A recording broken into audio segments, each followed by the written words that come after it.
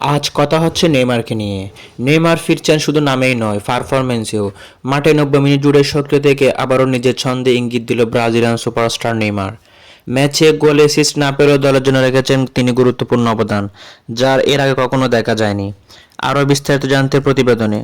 ম্যাচের পুরো ম্যাচ খেলছেন নেইমার, সুযোগ তৈরি করছেন এবং শট নিয়েছেন আর দলের জন্য রেখেছেন গুরুত্বপূর্ণ অবদান, যার এর উন্নতি স্পষ্ট দেখা গেছিল। ড্রিবলিং ও পজিশন সিদ্ধান্ত নেওয়া সবকিছুতে আগের সেই ধার দেখা গেছে। তার ফিটনেস এর জায়গায় কখনো কিছুটা ঘাটতি রয়ে গেছে। ম্যাচে নেইমার শুধু স্ট্রাইকার ছিলেন না, পুরো মাঠ জুড়ে খেলেছেন সব জায়গায়। মিডফিল্ড থেকে আক্রমণ এবং সবখানে ছিল তার প্রভাব। বিশ্বকাপ খেলার ইচ্ছার কথা আগে থেকে জানিয়ে দিয়েছেন নেইমার। অন্যদিকে কোচ কার্লো আনচেলত্তি ইঙ্গিত দিয়েছেন, ফর্ম ধরে রাখতে পারলে তার জায়গা নিশ্চিত। ব্রাজিলের সাবেক ও বর্তমান তারকা হতে সবাই চান নেইমার যেন আবারও সেলেসাওদের হয়ে বিশ্বমঞ্চ মাতান। কোচের পরিকল্পনাও এখন পরিষ্কার। নেইমারকে তিনি দেখতে চান আক্রমণের প্রধান কেন্দ্রে এবং প্রতিপক্ষের কাছাকাছি, অর্থাৎ সান্তোস যেভাবে খেলছেন জাতীয় দলে সে ব্যবহার করা হবে তাকে। ইমন নিউজ বাংলা।